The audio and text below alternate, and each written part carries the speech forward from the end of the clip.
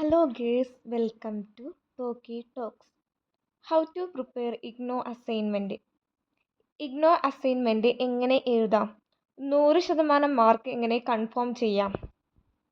IGNO assignment update ആയത് എങ്ങനെ search ചെയ്യാം എന്നതും ഈ വീഡിയോയിൽ പങ്കുവെക്കാം. IGNO യൂണിവേഴ്സിറ്റിയിൽ അസൈൻമെൻറ്റിനും എക്സാം തിയറിക്കും ഈക്വൽ ഇമ്പോർട്ടൻസ് ആണ് നൽകുന്നത്.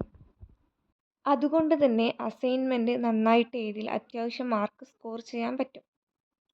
ഇഗ്നോയിൽ അസൈൻമെൻറ്റ് എഴുതുമ്പോൾ ശ്രദ്ധിക്കേണ്ട ചില കാര്യങ്ങളുണ്ട്. അസൈൻമെൻറ്റ് ഡേറ്റ് വന്നാൽ അസൈൻമെൻറ്റ് അതിനു മുന്നേ സബ്മിറ്റ് ചെയ്യാൻ എല്ലാവരും ശ്രദ്ധിക്കുക. അതുപോലെ തന്നെ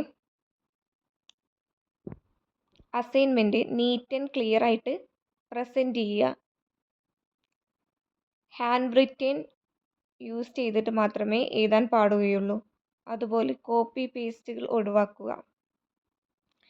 പഴയ അസൈൻമെൻറ്റിൽ നിന്നോ മറ്റ് അസൈൻമെൻറ്റുകളിൽ നിന്നോ കോപ്പി പേസ്റ്റ് രീതിയിൽ എഴുതൽ അവോയ്ഡ് ചെയ്യുക. ഇഗ്നോ അസൈൻമെൻറ്റ് എഴുതുമ്പോൾ സ്റ്റഡി മെറ്റീരിയൽസ് റെഫർ ചെയ്യുക. അതിൽ നിന്ന് അസൈൻമെൻറ്റ് എഴുതുവാൻ ശ്രദ്ധിക്കുക. അതുപോലെ തന്നെ അസൈൻമെൻറ്റ് ലെങ്തി ആയിട്ട് എഴുതുവാൻ നോക്കുക. ഒരു 50 അല്ലെങ്കിൽ ഒരു 60 പേജ് മിനിമം എഴുതാൻ ശ്രദ്ധിക്കുക. അസൈൻമെൻറ്റ് എഴുതുമ്പോൾ 4 പുറം മാർജിൻ യൂസ് ചെയ്തുകൊണ്ട് വരക്കുക. അതായത് ഒരേ വലിപ്പമായിരിക്കണം 4 സൈഡിലും കൊടുക്കേണ്ടത്. അതുപോലെ തന്നെ ഒരു പെന്ന് മാത്രം യൂസ് ചെയ്യാൻ ശ്രദ്ധിക്കുക.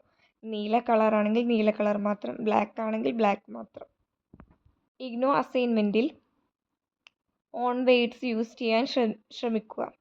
അതുപോലെ തന്നെ flow chart, diagram, patterns use ചെയ്താൽ ലെങ്തി ആയിട്ട് അസൈൻമെൻറ്റ് കാണാൻ കഴിയും. അസൈൻമെൻറ്റിൻ്റെ മാർക്ക് ചില സ്റ്റഡി സെൻറ്ററുമായിട്ടും ബന്ധപ്പെട്ടിരിക്കും. ചില സ്റ്റഡി സെൻറ്ററിൽ പേജ് നോക്കിയിട്ടും അസൈൻമെൻറ്റ് മാർക്ക് ഇടാം, അല്ലെങ്കിൽ പോയിൻറ്റ്സ് നോക്കിയിട്ട് ചില സ്റ്റഡി സെൻറ്ററിൽ ഇടാം. ഇഗ്നോ അസൈൻമെൻറ്റ് സബ്മിറ്റ് ചെയ്യേണ്ടത് സ്റ്റഡി സെൻറ്ററുകളിലാണ്. നിശ്ചയിച്ച ഡേറ്റിന് മുന്നേ സബ്മിറ്റ് ചെയ്യേണ്ടതുണ്ട്.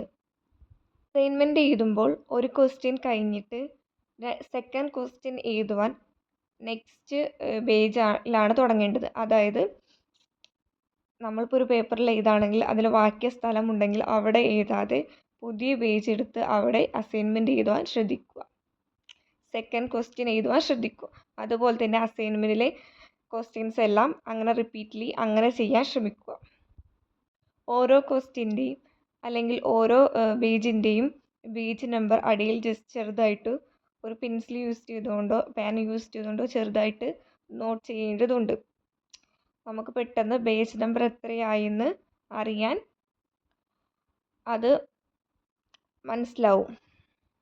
അതുപോലെ തന്നെ അസൈൻമെൻറ്റ് സബ്മിറ്റ് ചെയ്യുമ്പോൾ ശ്രദ്ധിക്കേണ്ട ചില കാര്യങ്ങൾ ഞാൻ നെക്സ്റ്റ് വീഡിയോയിൽ പറയാം.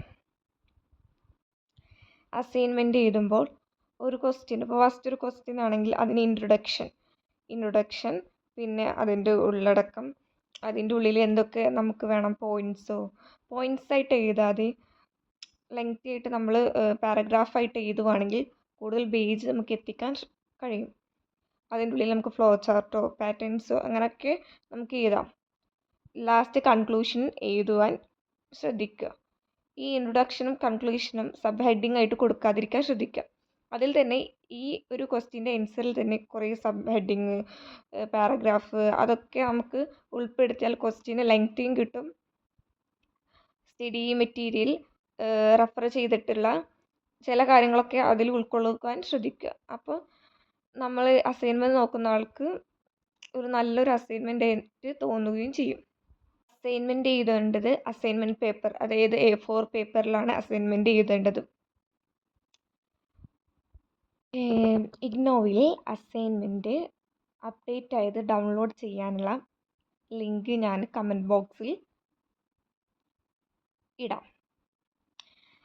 ആദ്യം നമ്മൾ ആ ലിങ്കിൽ ക്ലിക്ക് ചെയ്താൽ അവിടെ കറൻറ്റ് അസൈൻമെൻറ്റ് ആയിട്ടുണ്ടാവും. കറൻറ്റ് അസൈൻമെൻറ്റിൽ നമ്മൾ ഡയറക്റ്റ് പോകുന്നത് ആ പേജിലേക്കായിരിക്കും. ആ പേജിൽ നമ്മൾ റൈറ്റ് സൈഡിൽ സെർച്ച് എന്നുള്ള ഒരു ബട്ടൺ ഉണ്ടാവും. ആ സെർച്ചിൽ നമുക്ക് MCOMൻ്റെ ആണോ അത് MBAൻ്റെ ആണോ അതവിടെ ടൈപ്പ് ചെയ്ത് കൊടുത്താൽ അതിന് താഴെയിട്ട് ഓരോ പ്രോഗ്രാമും അവിടെ കാണും. അവിടെ ഡൗൺലോഡ് ഓപ്ഷൻ ഉണ്ടാവും. ആ ഡൗൺലോഡ് ഓപ്ഷനും ക്ലിക്ക് ചെയ്താൽ അവിടെ അസൈൻമെൻറ്റിൻ്റെ ഡേറ്റ് വാലിഡ് ആയിട്ടുള്ളത് അസൈൻമെൻറ്റ് കാണാൻ കഴിയും.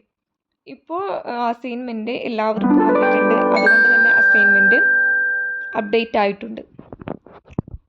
അസൈൻമെൻറ്റിൽ നന്നായി മാർക്ക് സ്കോർ ചെയ്യാൻ എല്ലാവരും ശ്രദ്ധിക്കുക. ഈ വീഡിയോ ഇഷ്ടമായാൽ എല്ലാവരും ലൈക്ക് ചെയ്യുക. അതുപോലെ തന്നെ നിങ്ങൾക്ക് വല്ല ഡൗട്ട് ഉണ്ടെങ്കിൽ കമൻറ്റ് ചെയ്യുക.